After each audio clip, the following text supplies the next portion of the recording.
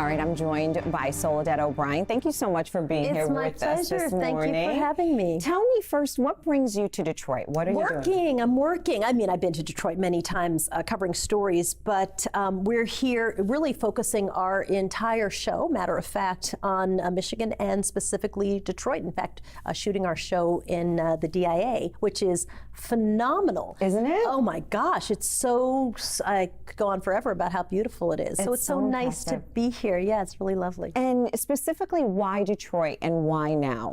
You know, I think for us, we felt that Detroit was a great place. We've been going around the country doing what we call listening tours and trying to tease out what are the stories people are talking about in the various communities from California to anywhere on the East Coast.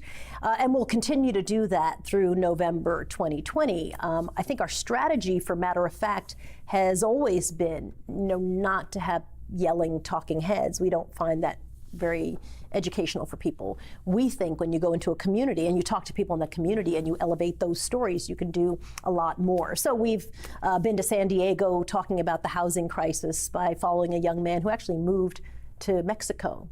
He's an American, but the only rent he could afford with the job he had was in Mexico. So he reverse commutes into his job in the U.S. every day.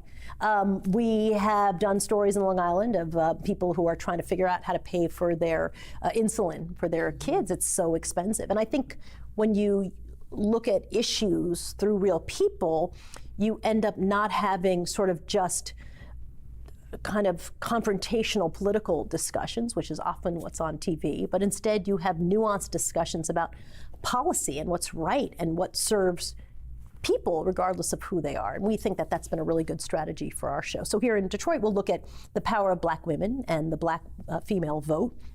Many pundits, whether they're on the left or on the right, have said, listen, in Michigan, it's going to be black women who are really going to make the difference in 2020, and we wanted to explore that.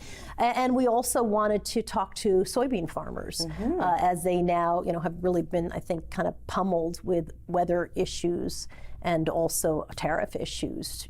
How are they feeling about the future, both politically, but also just the future of their farms, and they're really hurting. And what happens to those communities that support and live off the success of those farmers? So we do a deep dive into that. So it's interesting you bring up, Black Women Michigan 2020. What are you hearing? Because you're talking to so many people and kind of getting into the communities. What's your vibe? I think it's all about turnout. I think it's always been about turnout. And many people will point to 2018 as an example of two things. We speaking to the Lieutenant Governor Gilchrist while we're here as well. And when you ask him, what is successful? He's like, show up. And showing up as a candidate leads to turnout from voters. Black women turn out the highest percentages. And so that's highly correlated with being successful in the person that they want to elect. So I think for wherever you're talking about, it's really about getting out the vote. And what gets out the vote, of course, is the message. And what's the message that resonates, which goes back to the Lieutenant Governor, who says, listen, if you talk above voters' heads, they're not going to care. It's about roads, and it's about, and when we see this in matter of fact, it's about how do I pay for my kid to go to college? Exactly. How do I pay for my kid's insulin? How do I pay for my housing? I mean, these really basic challenges that, again, what I find are always so interesting. They're sometimes posed as a left yelling at the right or right yelling at the left, but they're really people issues. I mean, everybody has these challenges. That's what it boils down to. Yeah. So, as you travel and you talk to people all over the country, we've heard so much lately about how America, people are angrier than ever. People are angry. People are That's true. More divided than ever. Are you getting that sense that this is going to come down to emotion? No, I actually don't think so. I think people are angry. I think that anger comes across in different ways. I think for a lot of people, they feel like they've been left out of the political process. I mean, when I remember talking a couple of years ago to a woman who was a nurse, and she said, I make $60,000 a year, and I was working 40 hours a week. Now I make $60,000 a year, but I work 60 hours a week, right? And she described it as a sense of the dog paddle. Like, you just have to paddle as fast as you can just to keep your head above the water. And it just never ends, right? And at some point, dog paddling for survival is really hard. And I think people are angry. I think farmers are angry. I think teachers are angry. I think I think college students, we're in the middle of a project right now about college students who are hungry. You can't really get a great job without a college degree. There was a time where you could be poor, not go to college, and get a very solid job that would pay for a house and a car. Those days are gone. So how do you make it happen? How do you make it work? And so I think people across the board are really frustrated. And then that begs the question, how do you make it better?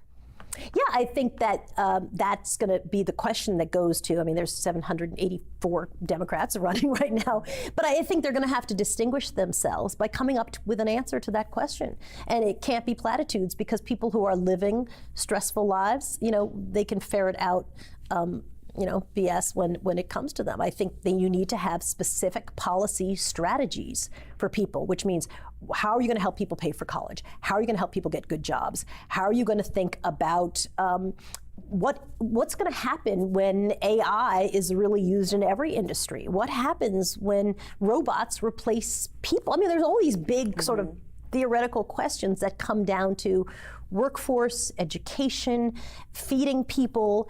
The person, the candidate who I think can really tackle those questions and answer them in a way that's going to resonate with the voter is going to be able to win. And what kind of role do you think we'll see for women in this election? Yes, and women always show up. Women always show up. They really do. And I think, I wish millennials would really show up, because of course their voting numbers are terrible. And it is kind of appalling in general in the United States that we vote around 50 some odd %, right? It's just, so I think women often take the lead, and you see a lot of women who are getting into politics. And, even when I talk to women who are new politicians, they sort of say, like, I just got so sick of it that it felt like it had to be me. They didn't want to be a politician, but they felt like, well, it has to be me. And you see that a lot. So I think women are going to take leadership roles, and I think women are also going to take support roles in terms of really helping the candidates that they support, as they've always done. And then I think women are going to turn out and vote, because I think women are mad.